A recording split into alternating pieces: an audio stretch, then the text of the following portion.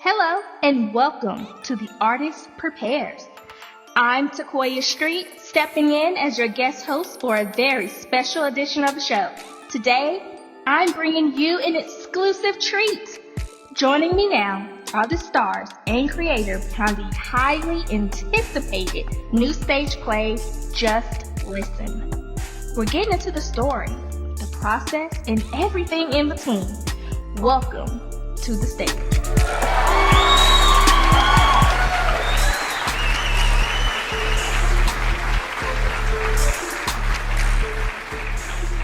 Hi, I am so excited to be here with you guys today. We are here to talk about the newly anticipated play, Just Listen. I can't wait to get into it. My first question is for the Jay Weeks, the actor, the artistic director, the CEO of Jay Weeks Entertainment.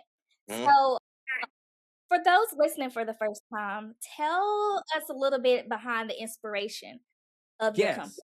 Okay, so I am, as she said, Jay Weeks, Jay the actor, a bunch of other names. But the birth of Jay Weeks, I actually had the pleasure and honor to attend the North Carolina Central University for undergrad, where I studied theater. Happened to know someone else on this call named Taquoia, who actually attended North Carolina Central as well. And I discovered really getting into the craft of theater from a lens of how you're going to be perceived as being a person of color, particularly a black person. And upon that, I graduated from North Carolina Central, moved on to SCAD, Savannah College of Art and Design, right here in Savannah/Atlanta. And upon graduating from there, I did what every other actor did. You audition, try to do as much work as you can to make sure you get your name out there, and unfortunately, I had a very bad experience in the Atlanta scene, and it left a very bad taste in my mouth. And I had to decide if I wanted to continue with the production or walk away. And for the first time in my life, I had to walk away from a production, and it just wasn't. It wasn't a good fit for me, and it wasn't good as a representation of being an artist and kind of what I believe morally, and just the values, the core values that I had as a trained actor. And so from there, I just pray to God, just please give me an opportunity to create something of my own. Had no idea about business, how to create anything. I just took that year, the rest of that year, just to write down this plan of what I wanted to do. When I completed that plan, I reached out to some of my colleagues in undergrad as well as grad school to just say, hey, I want to do this entertainment thing. And maybe I will be fortunate enough to help me. And luckily, everyone I reached out to said yes. So it's always good to have a good reputation. So everyone said yes. And from 2011, I've been doing plays, video production, acting workshop, training, uh, you name it. Anything as relates to entertainment, I probably had my hands in some way, shape, or form. And so flash forward to now, 2026. We're doing this brand new show, Just Listen. And this show is something that I have spent many years trying to come up with something that will be the voice and a platform for the fellas. And so I wanted to give a voice to the fellas. And so this is why we have this show, Just Listen. Sounds great. Cannot wait to get into it. But before we start with the lowdown, let's give these fellas a chance to introduce themselves real quick. Okay. So, all right, Aubrey, I'm looking at you to introduce yourself. So I'm actor Aubrey Smith. Can you guys hear me? Yes, sir. So I'm actor Aubrey Smith. I started acting back in February of 2020. I have been in, this is my sixth play. I've been traveling to, my last play was the Bronzeville Musical, which was at the Apollo Theater in New York last year in May. I've been in 7 films, such as Heist 88 with Courtney B. Vance. I've been on Power Book Force and The County, and etc. And I'm glad that I met Jay Weeks, and he gave me the opportunity um, to be in this play, which is called Just Listen. And I'm excited. I'm ready. I'm ready to rock and roll. I'm ready for you guys to come on out and come see this play. Sounds good. It's gonna be a great one. Okay, Moon, are you ready? Can y'all hear me? Yeah, we can hear you now. All right. So yes, my name is Moon Mitchell. By day, I am a psychologist or psychiatrist, But I've had some experience with theater for quite some time now. I've been acting now since about 2010 in total, everywhere from a 2 year European tour playing as Othello. I've also played in Dreamgirls. I've also played in Kinky Boots as of recent, a regional tour there as well too. So I've had a lot of experience more of late, challenging myself to step into leading roles more than anything. But I think that I've taken a break for a very intentional reason. I'm happy to be back with this production. I think there's a lot of intentionality behind it, and I'm pretty new here to Atlanta.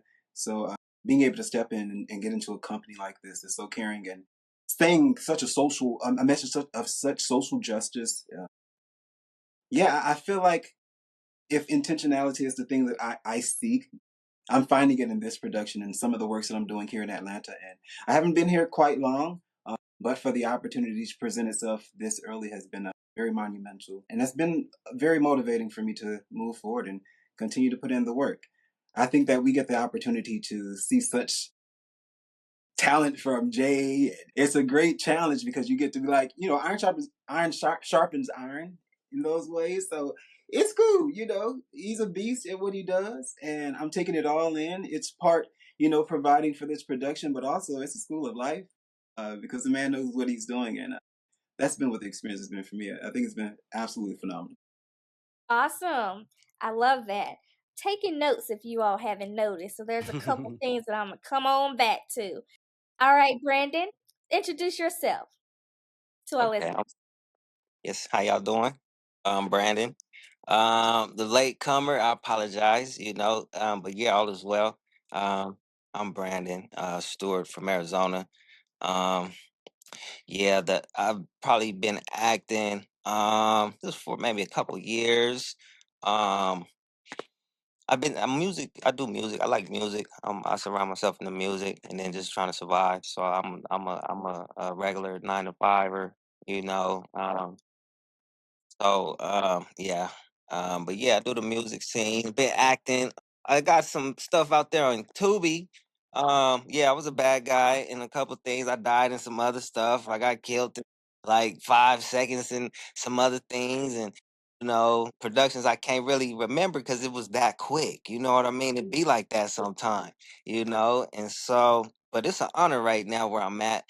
Man, Aubrey, me and Aubrey was on the film, just got done doing the film, and he passed me the baton and introduced me to Jay for this production, and it's been a nostalgia since then. Something divine about it, and so yeah, I'm excited to be a part of it. I'm a fan first. Jay's work, speaks for itself. He's bragged about you a lot, so you know. I'm happy to be on your show, with these brothers right here, these talented brothers. And yeah, Jay's put together something that, especially with the, with what this month encompasses, it all ties in divinely. We asked them like, "Hey, Jay, did you mean to do this with Father's Day, Men's Mental Health Month, Juneteenth, all of this and that?" And he was like, "Nah, he rolled the dice last year, and he hit them sevens, So Yes, sir. but yeah. Thank you. Awesome. Well, thank you all so much for telling me a little more about yourselves. I want to go ahead and dig into the work. So, all of you have some level of experience. And so, for me, it's about how you prepare, how you get into the character. Have you all seen the show Nemesis that aired on Netflix that everyone was talking about? Have you all seen that? The one that's the one people complaining about the accents. Uh huh. Yeah. What I've was seen. it Nemesis. Yeah, Nemesis. complaining about? What was they complaining about? So they were complaining about the inconsistency of Yeah. one of the main actors, Isaiah, who was played by Matthew Law. And so my question is, what is your process of preparing and prepping for this show and your characters? Like, how do you ground yourself in the characters that you're becoming? Some of you are playing multiple characters in this show. I want to know what your process is. Yeah. Who is it for everybody? Is it It's for open? everybody. Okay, This cool. was I for started. I everybody. started off. I am a student of the craft. So for me, I'm full fledged day one when I have a character. I'm trying to learn everything about that character. I'm going to write 2, 3 pages of just character analysis. Where that character's from, what do their parents do, what do they do for work, what was their first memory. I'm trying to write as much context, as much information about that character first. Once I decide on that, I'm trying to put everything together. I'm getting into my Udahagen of my objective. What does my character want? Right? What is their objective? What is their obstacle? Right? And what is their tactic? What do they want? What's in the way? And how do they go about getting it? So I'm leaning on really diving really early into the character. So my first process is really to read that script a bunch of times. And from there, I'm trying to take what the script gives me first, and then after that point, I'm adding all of my extra layers. So if this character's from this part of town, how do they sound? You know, where did they go to school? Who do they date? Different aspects like that. So I'm trying to give as much context as I can to a character. That's really my process to really start it off. I love that. And Uda Hagen is my favorite, one of my favorite techniques. Respect for acting. Being able to get into your characterization. So, really quickly, I'm just gonna bounce this off of you, Jay Weeks, and then I'm gonna let everybody else answer. Your character, old school. What he have for breakfast today?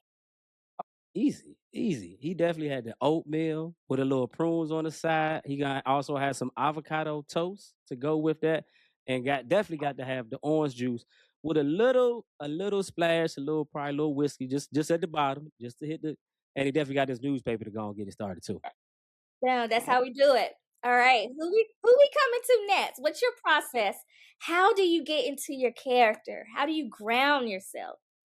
Who got next? I think Moon is ready. Yeah, I'll take it. I'll take it. For me, I'll be honest and say that this process this time around has been very different.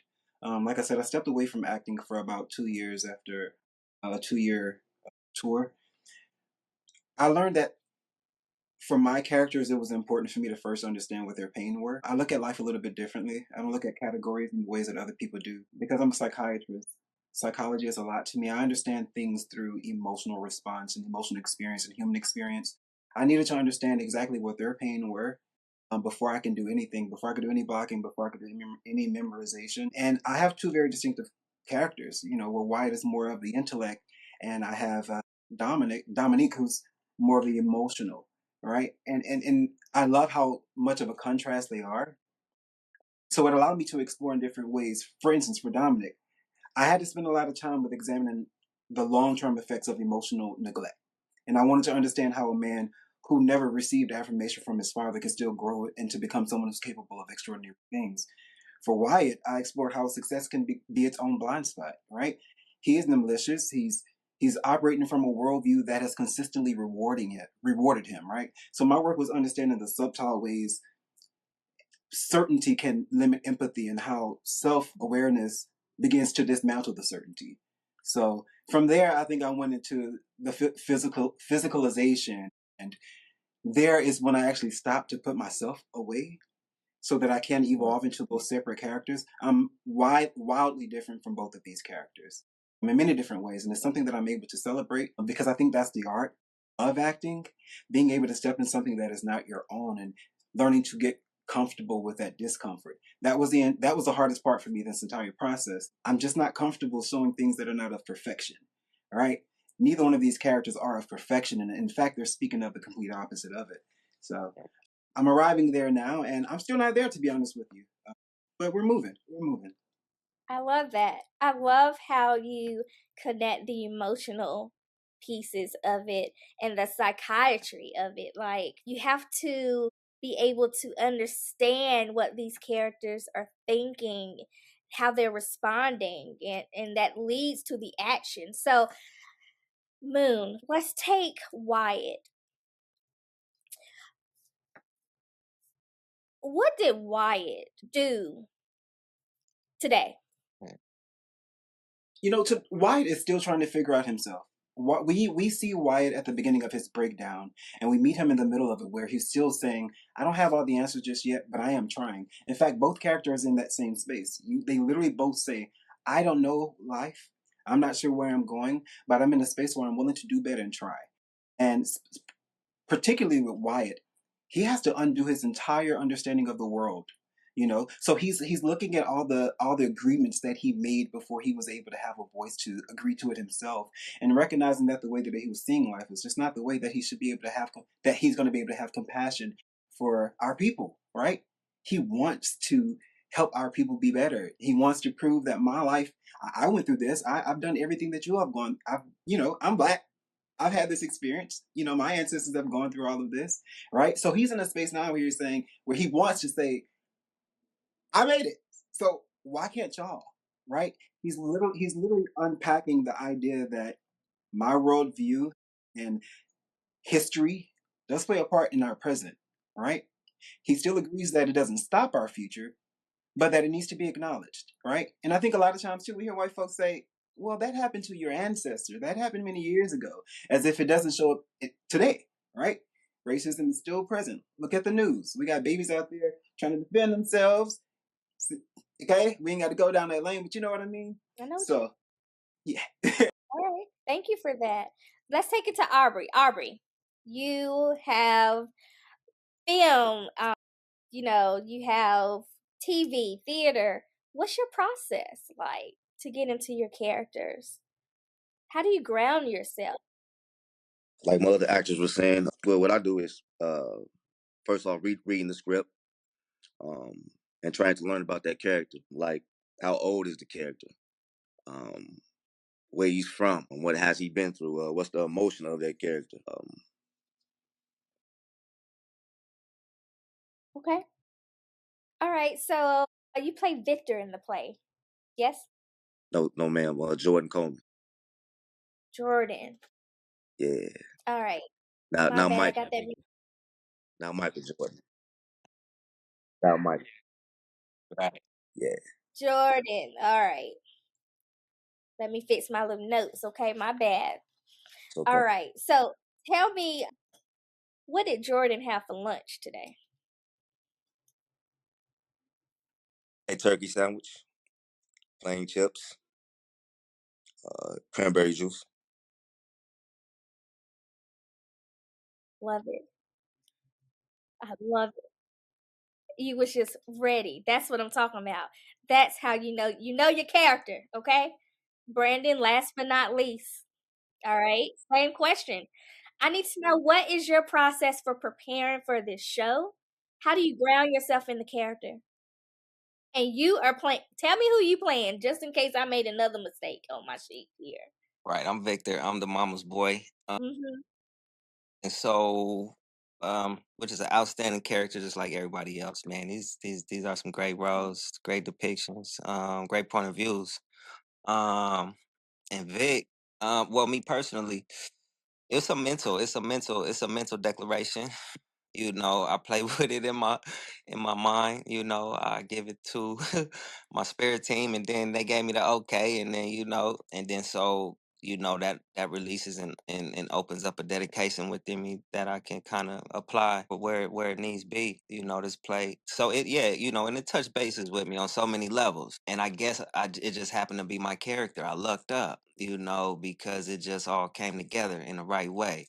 But again, let me go back. So yeah, some mental preparation on what I'll do. Like everyone will read, I'll read it, and then it's the interaction between each other. It's the every Saturdays we might meet up, and Jay will have us do some type of practice and exercises that what I mean, really kind of break ice and introduce us to the character, and then whatever innuendos he might have. He's not going to give you everything because he wants you to dig and kind of create on your own. So that just gets the wheels turning naturally. But again, yeah, it's a mental thing. And then I record it. We'll record it, we'll play it back, I'll listen in the car, I'll sneak it in, my playlist, my music playlist. I'll let my automatic reader, I just put it in rotation and constant repetition. And that works for me because I do music. So I have something with the verbality of words, I'm good at, so that's how that's a learning process for me. So it sounds like you're really diving into the tempo as well, since sound master. You do the music and everything. You good at finding your beats and your tempo.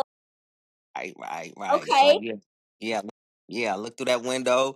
I feel it. okay. I check the pulse. And then I apply pressure needed and necessary wherever. And then you know.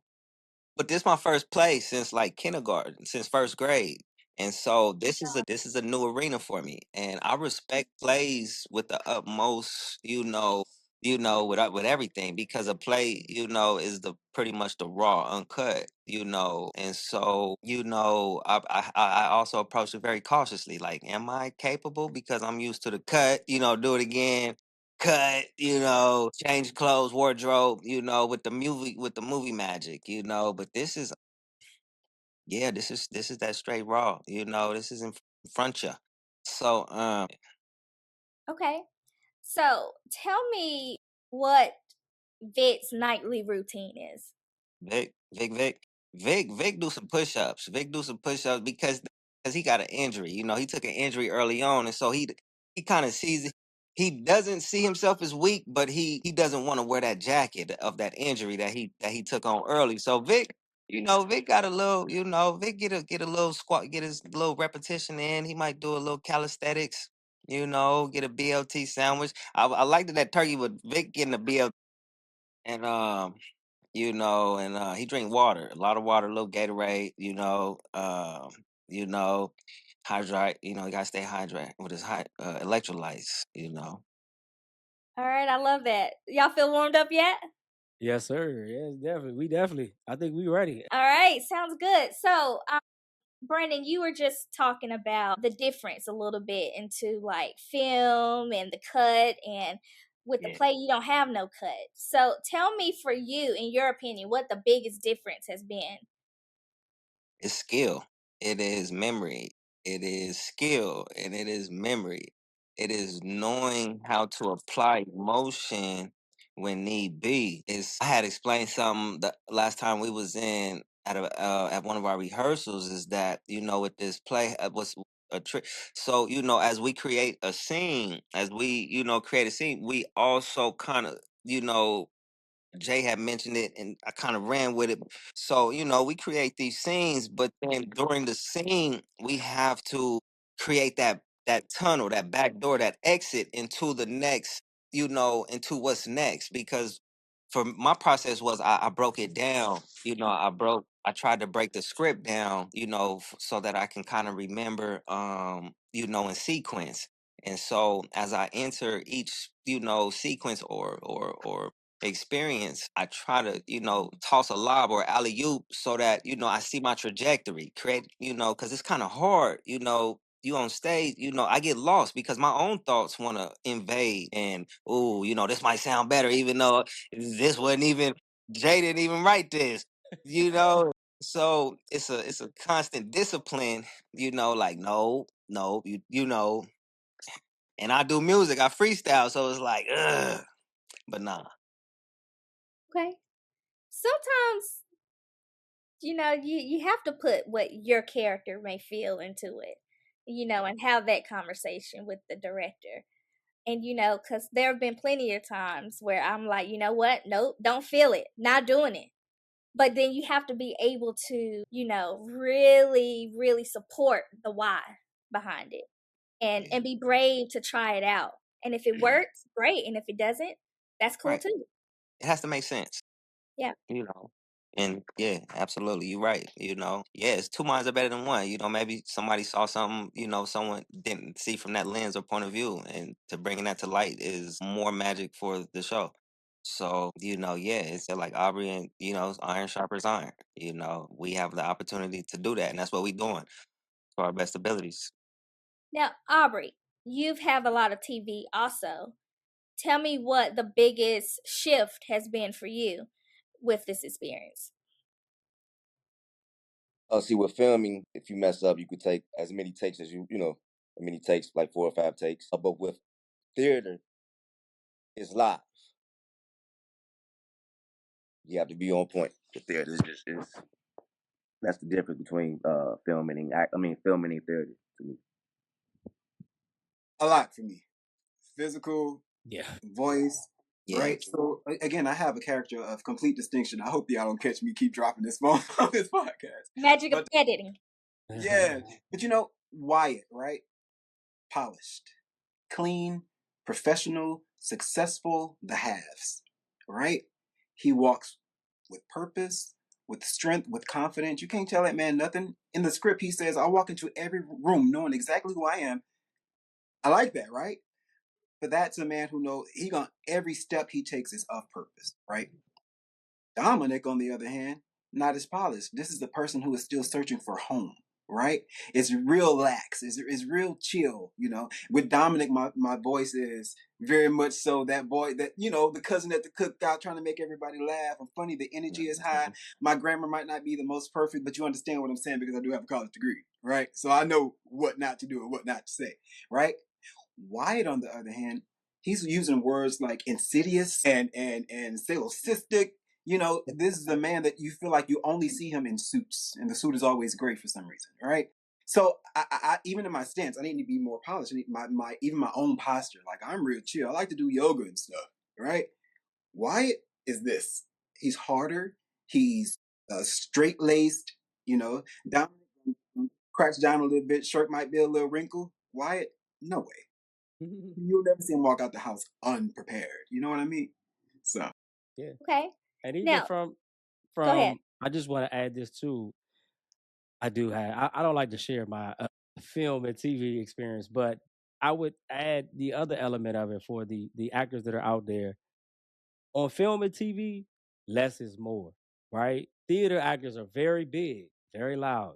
I'm one of them. I talk very loud, but it's early on when I first started doing film and TV, it did not start off well for me because I'm this big Broadway actor and projecting my voice, and they're like, why are you talking so loud? The camera's right here. So less is more when it comes to film and TV, and even just from, you know, from for your facial, right? As far as how you look, you know, in on stage we have to do big broad looks because that person is back there on that balcony need to be able to see your face, right? So you have to make sure that you're able to be seen. So that's definitely one of the experiences I've also seen that is different between film and TV as well.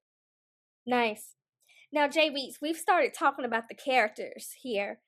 Tell us a little bit about the story without giving too much and your inspiration for writing it. Oh yeah. Oh, that's very easy.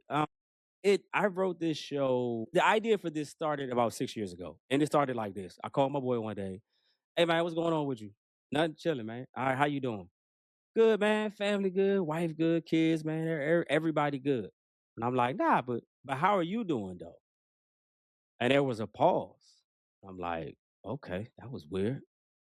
And I said the question again. Hey, my man, like, how are you doing though? Not how the wife, not how the kids. How are you doing? And he said to me, he was like, I don't even know how to answer that question. No one's really asked me that question before. So I'm like, okay, that's interesting. So I continued. Went to another one of my partners. Hey man, what's going on, man? How you doing, man? I'm good, man. Family good, wife good, kids. Nah, how are you doing? I did that with 4 or 5 of my partners, and every one of them either paused or could not answer the question because they were not used to someone saying that to them. And it made me think, like, dang, is this a hard question? And that's where I started doing research. So I spent 2 years interviewing friends, family members, colleagues, people that were police officers, politicians, teachers, anyone that was a male. I just started having conversations with them, from pastors and everyone. And the consensus, the two things that stood out to me the most is one, most men were not used to someone really caring about their opinion about how they felt. The other part of that was most of them felt like they were only valued if they could do something. So they were only valued for what they could provide. And I'm like, that's crazy that if we feel like we can't provide as a man, we have no value. And that really bothered me because I'm like, yes, we want you to be providers and take care. And I'm like, this is not right. I got to do something about this. And from there, I just started taking all of these stories and I started asking, hey, can you hop on a call with me? I just want to record it. And I just started doing interviews for like 2 years. I took all of these interviews and coupled some of my own personal experiences and stories and I created these characters. And when I would go back to talk to some of the fellas I interviewed, they like, wow, I've never heard someone just be, as far as the characters share their story from a true raw perspective. Whenever people hear like, this is a raw, no straight talk opinion, people always think something has to do with sex or something that has to do with dealing with, telling women or putting women in their place. But for the first time in my experience, I am creating something that is from a man's lens, our voice, our opportunity to get a platform. Not from no one else. It's not a third party encounter. This is straight up our voice. And I want to make sure that men have that platform to just speak their truth without trying to be diagnosed, without trying to get advice. Just listen. Pun intended. Love that. I think it's such a good message to put out there. I have a question for anyone who wants to answer this first. The play Just Listen. Why don't men feel comfortable to share their feelings, to be their true selves? Tell me a little bit more from your lens as men on this call. Yeah, but answer for I do.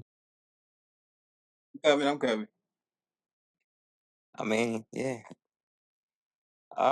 Honestly, from I guess, a man, you know, um, man, so yeah, I mean, it gets pretty deep. It can get deeper, depending on, you know, um, depending on how you where who where you was born, how you was born, and what sense of leisure luxury you were born. A man is defined in so many terminologies.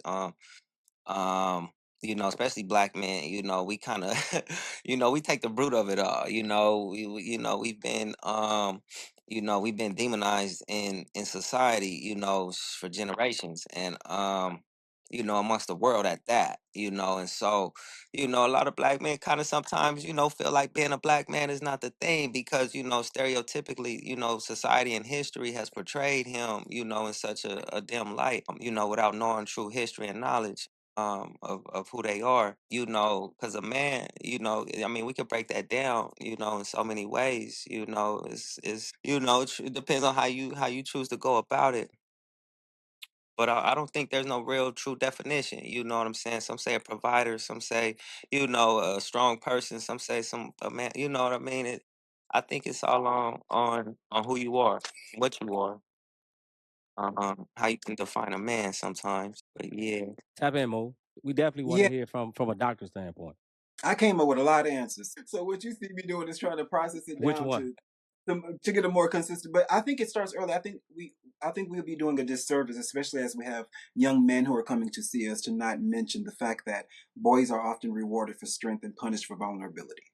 First and foremost, I can guarantee you, at some point within a man's life, he's heard "man up, stop crying, be strong, or handle it yourself." And over time, emotions become associated with weakness, embarrassment, or even failure.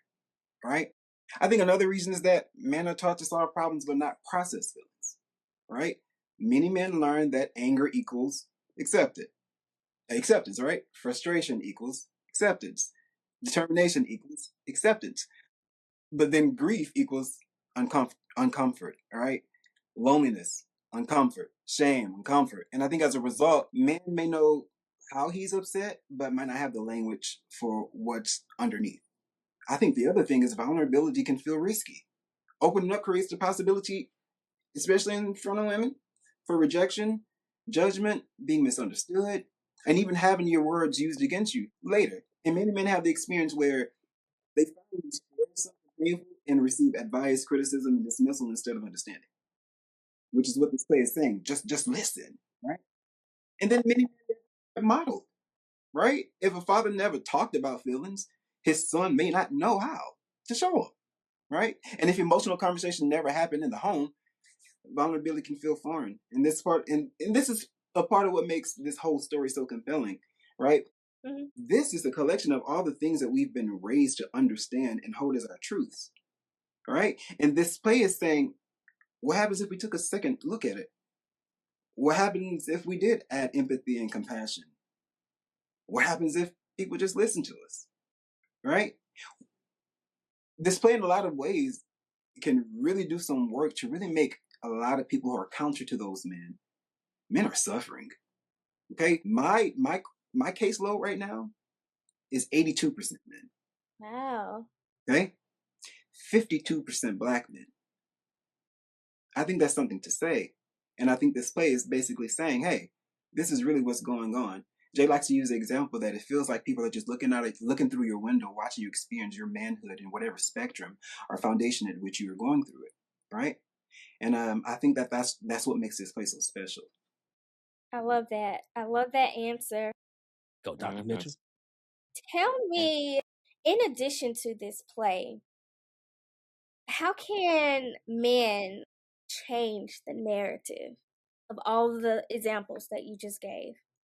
One, I do think that, again, going back to this idea that while the past does not measure our future, it does have to be acknowledged and does play a part in our present. This has become a part of our culture, right? Mm-hmm. This work breaks through because it's one that's different than a lot. Not a lot of people are brave enough to go out and show men in vulnerable spaces. And I find that each of these characters have some sense of that. I think men have to learn how to journal first. All right, because journaling those thoughts for yourself, you have to understand your thoughts first before you can process them and give them out to the world. Especially because when we say things out loud, we do tend to want some sense of validation. And once that validation is gone for us men, we stop trying. We don't seek it anymore, right? And there's the rejection for us. Rejection is very, very quick for men, right? Because we still need to control the house and control the finances and be the protector and be the financer and do this and do that and do this and do that. And then when you show weakness, you don't hold the respect of a man anymore, right? I think that we can also learn to communicate our needs a little better, right? And I think that, yeah, we can blame society for a lot of this. We can even blame women for a lot of this, but what are we doing within ourselves as well, too, right?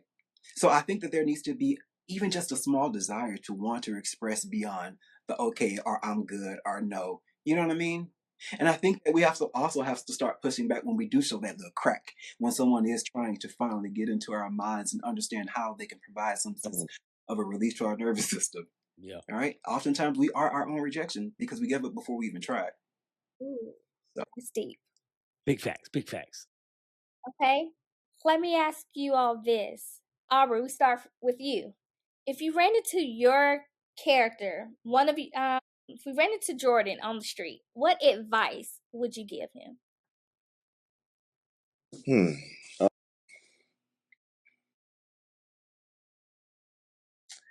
To Oh, that's a hard one.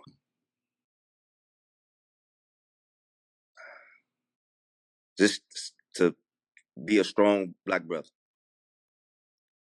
Okay, how does he be a strong Black brother? As far as okay, so with Jordan Coleman, he grew up with his father. Well, he grew up in a household with his father and mother, but his mother had left his father for a two-time drug dealing boyfriend. And so that just made him traumatized. Seeing his father, working so hard, working hard for a factory. I mean, at a factory, and just watching his mother just out there in the streets, taking his father's money and spending on her boyfriend.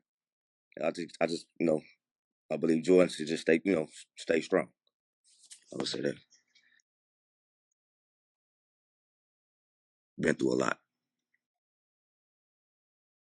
Jay, you look like you want to answer this question too. Okay. What? Let's take Caden. Is it Caden, right? Yeah, Kaden. Let's take Caden. You ran into Caden on the street. Jay Weeks did. What advice would you give him? Hey, I would more flip it to him. Teach me the game, Ghost. Hey, with somebody of his stature of being someone that understands money, he understands the principles behind it. I could tell you how to flip this. I could tell you how to invest your money. I could tell you how to not use cash, how to leverage credit. So seeing someone like that can be intimidating, especially in today's society, right? People got a little few dollars, and we see them on social media, or we see them in a space where people kind of get into the bag, as they say. It can be intimidating to run to somebody of that caliber. But being someone like myself that's always trying to learn something new, If I saw him on the street, I wouldn't necessarily give advice. I'm like, hey, teach me how do you get to this point?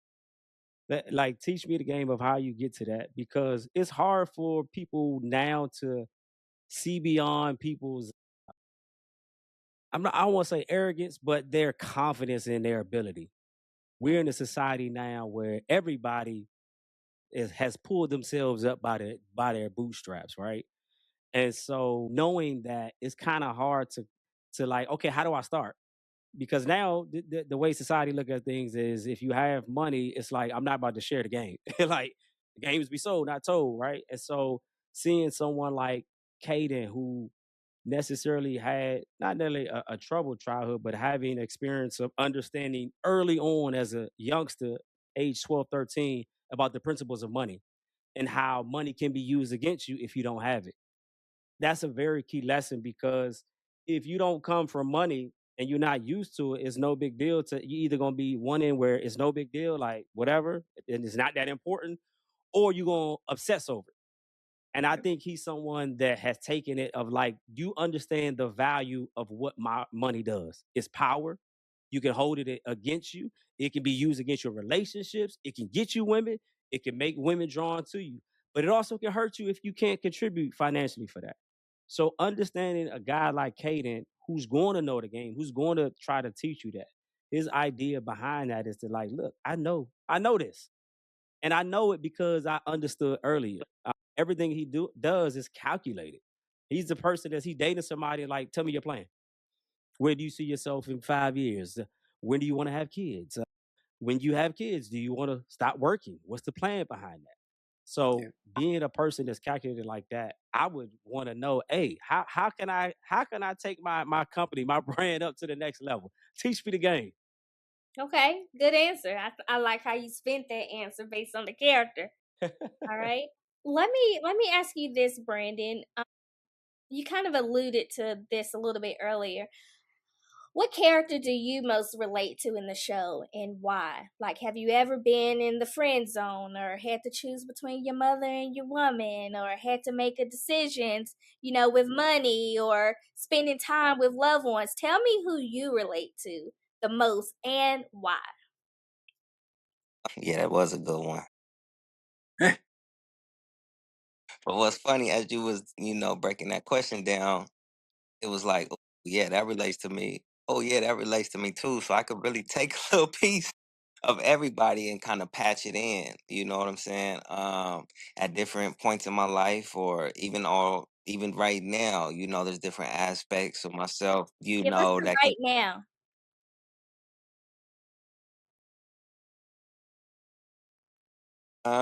I feel more like old school, man. I ain't lose a wife, but I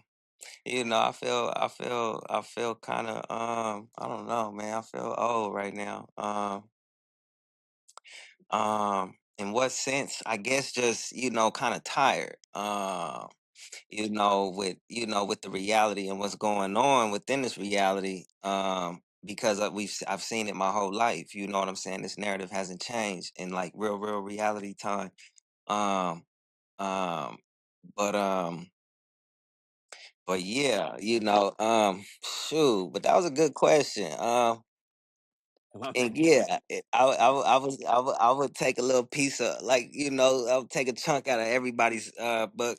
Um, I don't know. I really can't expound too much. I want to give away too much. All right, all right. Good save. Not giving away too much. All right. Moon, I'm coming to you with that question. I want to hear from you. Yeah. All right. You know, and this is even a shock to me, I'll say, right? I think that one of the most phenomenal things that I've learned to fall in love with Dominic, which is not the answer that I thought that I would provide when I imagined what you'd ask. It only hit me about 2 a.m. last night while I was still practicing. You can so easily see Dominic as a goofy young man who is whiplashed over a specific woman, right? And it can look like what he's doing this entire time is making decisions solely only to move himself closer and closer to that woman. And that is what's going to change his life. That is actually kind of true. But at the same time, I think what's being missed about Dominic, and I'm so interested in understanding the different interpretations, even in the manner in which I'm hoping to portray him, we have to think about it. This man is someone who he's gone through betrayal, disappointment, rejection. He's not been validated his entire life, and only thing he's done his entire life was the right thing. This is a good man who wears his heart right there on his chest, right? And to go through what he's gone through, all of what he's going through, and to still be able to end out of this world holding his heart in his hand and saying, "Hey, I'm still willing to give it." The fact that he didn't allow his world to his core to be changed at all by all that he's gone through, and he's still humble, and he's still helping, and he still puts everyone before him. I think that's monumental. To that degree, I'm very much so him, right? And I think it says it in even who I am. I'm a doctor of the mind, right? I care about human experience. I care about what people are feeling, and I care about ensuring that that negative energy that they're probably trapped in is not something that they consistently stay in. And I think for my own world, in my own life, I live a life of only will intention, right? And it has always been a very hard thing to do growing up. But I'm a grown ass man now, right? It's so easy for me to decide I'm going to choose to do the right thing, right? But just like him, I have gone through a lot of things as well too. You won't see that. And it's not because I'm embarrassed to show it. It's because I share those when it's appropriate to do so, and it doesn't have a weight on what I am doing in today and how I'm going to serve this world and my purpose and what I do and my own intentionality. So I think very much so Dominic. And like I said, I was like, oh, he's so corny, and he's going to read that way. Yeah. But I think that there's something so rich and fulfilling that even I see myself within him, and his ability to still have a heart of gold in a world that is tormented by fakeness and trepidation and you know. So yeah, I think very much Dominic. And why it's cool too, he's educated. Obviously, I got that going for me as well too. But you know, very much Dominic. Okay. I appreciate that. Thank you. Aubrey, I'm coming to you for a different question. I hope you're ready, Aubrey. All right. So, obviously, okay, I'm a woman. So, from a woman perspective, I want to know, what can women do to help foster an environment to be more comfortable for men to share and to be themselves and to not have a wall up? Good question.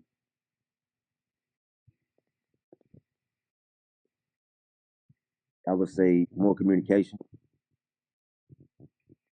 love, affection. Okay. Okay. Jay Reese, what you got to add on that? What can women do? I'm sorry? Yeah. You said what can women do? Mm-hmm. I think the most important thing right now is really we have to get to a space as both men and women to hear each other. Like there's a difference between listening and hearing somebody, right? When you hearing what they saying stuff, just going in out way, you responding every time they saying something, and then listening. Sadly, we have been put in a society where we are pit against each other, men and women, right? And so we are on platforms, we on social media, on everywhere. Men are telling women what they should be doing. Women are telling the exact same thing, but nobody's listening. All of us are talking at the same time, but no one's really listening. So I think first we have to start to just listen for what it is to understand where people are coming from. And I'll use my wife as an example. My wife and I, we both were raised by our opposite parents, right? So my father was sadly murdered when I was very young. So I was raised solely by my mother, right? My wife lost her mother as a really young kid, right? 8 or 9 years old. So she was raised by her dad. So being my wife being raised by her dad, me being raised by my mother, we have completely different outlooks on things just because of just who we were raised by. So even that alone, when we first got together, it was a very weird, different dynamic. Like, why do you do this? This doesn't make sense. And I'm talking something simple as, why do you make spaghetti in the pan together? Like, well, my dad made it this way. Well, my mom makes the noodles separate and then the meat right there. We don't put together. So even, from that standpoint, we had to learn the difference of upbringing, background, where you come from, right? All of those things play a factor. And sometimes we go into it with the lens of, well, these are the women I'm used to experience. So all women, this has now been these few women that I've dealt with speaks for all the women in the world. And same thing on the men. Like the women say, I've had all these men and all of them are this. So this speaks for it. We're so in a point of telling people what they are and how they are, how they should move, that we don't even really listen to hear what's really going on. I think if we start back to the basics of that, of just let me just see things from your lens. And me and my wife have a moment what we call no vex, right? It means we're gonna sit down, we're gonna talk. Whatever I say, you cannot get mad, you can't get upset with respect, right? And that allows us to start that safe space of conversation where she could think, well, I didn't think that bothered you. Well, I have feelings too. I am a man, but I still have feelings too. So Mm-hmm. even something as simple as starting that has allowed me to see, okay, this is how we get to a better space, right? Um, I do that also being raised by women, right? My sisters, my mom, my aunts, my grandma, all of that. It's the same exact thing. I've learned to identify and tap into things different because I've always been around women. So I can understand things from a different lens. So my approach may not be as aggressive as the next person, right? But that's just based on my experience. But it doesn't mean anything is wrong. But we've gotten to the place that we identify our experiences as the truth for everybody. And it's not one universal truth of that. And so we have to get back to understand. Tell me a little bit more about yourself. Tell me more about your upbringing. Once we can identify to really start to learn people and understand, I think that we can get to a better space. But as long as we telling people who they are, what they should do, and how they gonna move, we will forever be at war and at odds, and it's never gonna help us. Absolutely. I agree with that. And it's, when I think about it, it's a little of giving grace and compromising That's a as well, that's a and, big one. and working together. Ooh. So I like that. Anybody else want to add anything to that question before I jump to my next one? Y'all Yeah. want to straight up on that one. Moon, what you got? I know you got You know something, what? Moon. Because now I'm just thinking about all those counseling sessions. Right. And first, I think it's important to thank you for asking this question, because I think it's such an important question. I think a lot of women here and agree. I think we all agree here. Men need to open up more, but nobody really talks about what helps create the conditions for that, right? I think the first thing I'd probably say is to women: you cannot make a man vulnerable. You can only make vulnerability feel safe. Mm. Maintain it as a choice. Many men aren't testing whether you're listening to their feelings. They're testing whether you still see them the same way after they share them, right? So, and I think what goes with that is, one, you cannot stop weaponizing vulnerability later. And this is probably the biggest one, right? Many men have had experiences where they finally did admit, yo, I'm scared. I'm failing. I'm insecure. And I don't know what I'm doing. And then months later, during an argument, those exact confessions were used as ammunition, right? Once that happens, those walls go right back up. And a man who trusts you emotionally is handling is handing you information he might not share with anyone else. I think the other thing is, don't rush to fix them. When someone shares pain, many people immediately offer solutions. So that's 2A. 2B is come to the show so you can hear it. We're Real saying talk. it out loud, exactly what's hurting us, what's bothering us. These are universal things. It's almost as if Jay took a statistic to go make sure he understood the life of a man. You see his lived experiences and the lived experience of those who are around him in this play. The other thing is, make room for emotions besides anger. Many men learn that anger is the only emotion they're allowed to expose. But behind anger, I promise you, there is some shame, some fear, some grief, some loneliness, some disappointment. Sometimes asking what's underneath that frustration opens up such a deeper conversation. And I think last, appreciate honesty even when it's uncomfortable. When a man tells you, I'm struggling and I don't know and I'm hurt, and your response communicates disappointment, he might learn that honesty is dangerous. The goal isn't agreeing with everything, it's recognizing the courage it took to say it. I love that. All right? Yeah. Yeah. Thank Go, you. doctor. Yeah, you know what? Actually, let me say this. I think this is another important one. It's going to bother me if I don't. You got Go to live ahead. human and not just useful. Men have to be human and not just useful. A lot of men are loved for what they provide: their income, their strength, their leadership, their problem solving. Very, very few feel love simply because they exist. And I think one of the most healing things women can communicate is, I value you even when you are not performing. Two women stay curious, right? And underneath the vulnerability looks different for many men. So let's discuss those feelings. Thank you so much. I think what you mentioned was very impactful. And this conversation that we're having right now, it's not, it shouldn't be as hard as it is, right? I mean, we can go into it. It will be the same. I don't want to talk in a circle, but I think we absolutely need to have more forums like this, more art like this to showcase real life so that we can start those conversations and really start listening. So this is awesome. Is there any part of the play that made you take a look in the mirror at yourself? I mean, it sounds like there's many parts. Does anybody have one significant part that made you take a look in the mirror? Mm.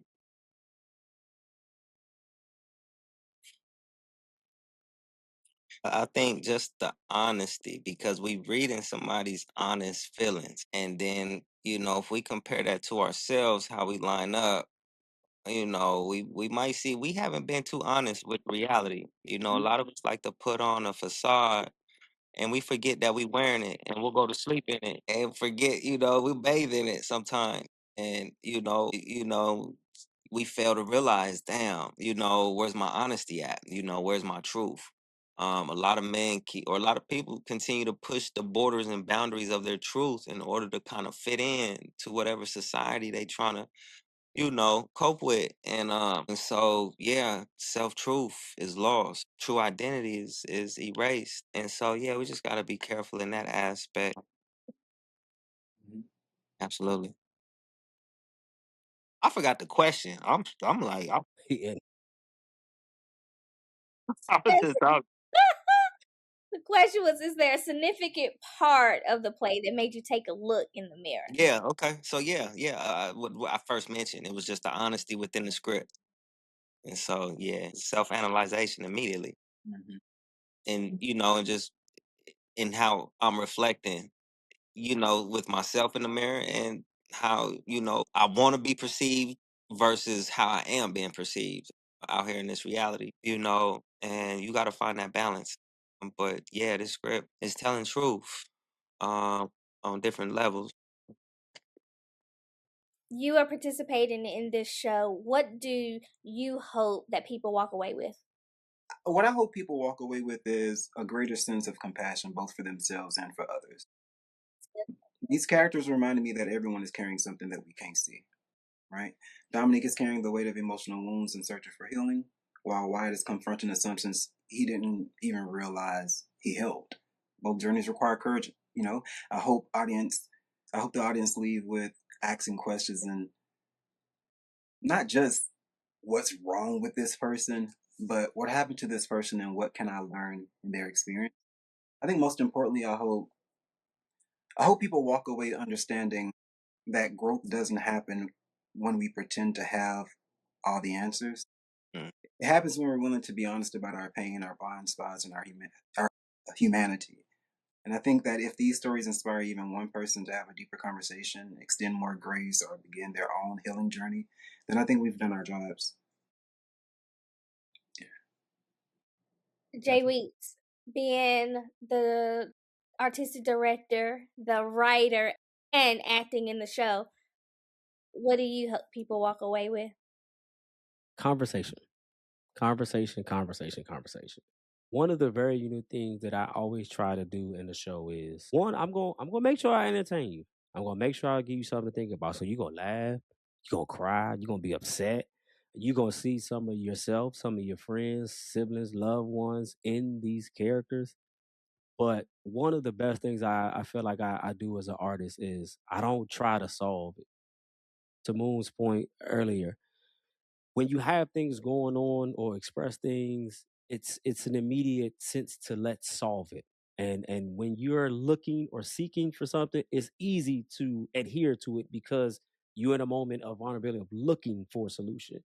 So with all of these characters, yes, they're telling their raw truth from their lens, no one else. and they're saying things that they probably wouldn't say out loud to, everybody. But the ultimate thing that they are doing within this is it's not solving it for you. There's no solution to to be able to say, hey, if y'all see this play, your man is going to be fixed, your husband, your father. No, it's not. The purpose of this is to show you things through their own lens, through their own experience, to help you identify with these things so that you can start to have that conversation. It's not going to solve it for you. And that's the unique thing. Sometimes when we watch a movie, it's a happy ending, right? Life don't always end happy for everybody. And some of these character stories are living proof of that. These are characters that are very dynamic, that felt that they were doing what was best or what was right from their lens or their perspective. And that's not always true in life, right? You can do everything right and be a good person all your life. And then one decision, one mistake alters your whole life. And so I want to show that, through this show that yes, you can be a great person, everything is done right, or you can be opposite. You could be somebody who don't care about people and be bad, and then at the end have redemptive qualities. But it's not really about wrong, right, good, or bad. It's just let's start the conversation. If you can leave this show and say, man, I saw this, man, my father went to the same thing. My husband, my brother, my dad went to the same thing, whatever. If you can do that, you can have that conversation. Even if you say, man, I can't stand that character. Man, the way he did, like, I'm fine with that, but I want you to leave with some type of opinion, some type of conversation, because the conversations is what starts, as Moon said, the healing process. It starts the discovery. I never knew this happened in your life.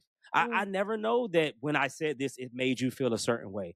I never know you were afraid to do these things.